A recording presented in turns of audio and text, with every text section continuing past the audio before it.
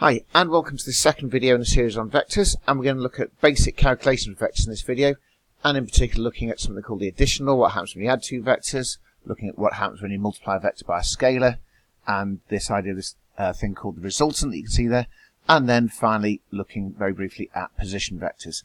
So it's just a quick run through. Hopefully this one's not going to cause too many issues. So here we go. Let's start off with multiplication, and we talked in the previous video about this word scalar, which is just effectively just means a number. So let's say I've got a vector that's a movement defined there's a being 3, 2, and therefore 2a fairly obviously is just two lots of that, which is 6, 4, which is a vector that's just twice the size.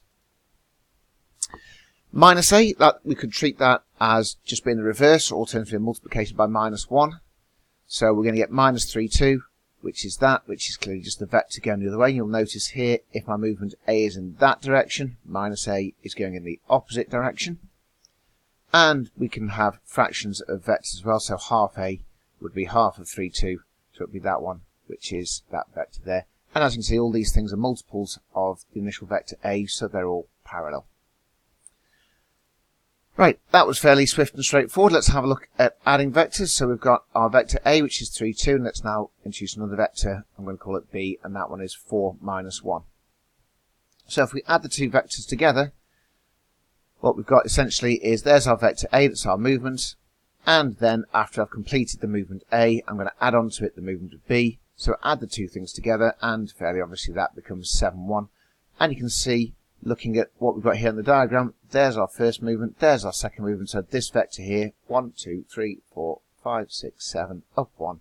There you go, 7, 1. And I've labelled this thing r because that is referred to as the resultant. It's kind of like the net effect of what you get from putting more than one vector together. And we can do a similar thing just with multiples of our two vectors, so 3a minus 2b. So that would be it numerically. So we're expecting, we've got 3 lots of a, which is 9, 6, minus 2 lots of b, which is 8, minus 2. Notice we've got minus and a minus there, so we're going to have to think a little bit carefully about that one. So what we've got there, the resultant would be 1, 8.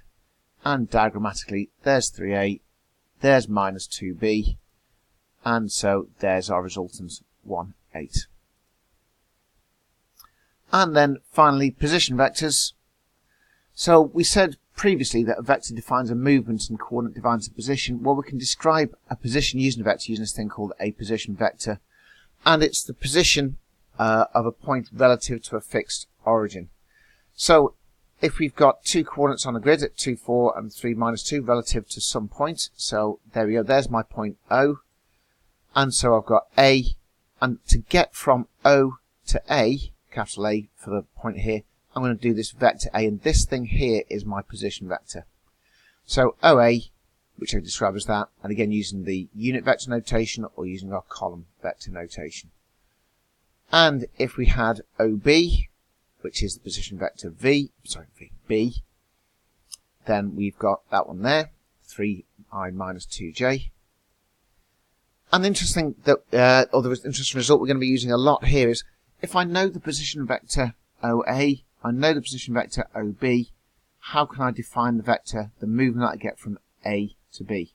Well, clearly, if I'm going to go from A to B, what I've got to do is go, well, I've got to go from A to O, and then O to B, and adding these two vectors together gives me the resultant AB.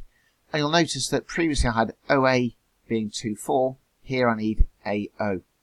So what I actually need is the minus version of OA plus OB. So what we get is the vector AB given the two position vectors is this idea of B minus A. This rule here is just basically this thing here, just stated the other way around because mathematicians are a bit picky and prefer to have the minuses come in second. So the idea of to go from A to B, it's B minus A. And as the note says there, that's something that's going to be popping up quite a lot. So how to get from one point to another if you know their position vectors.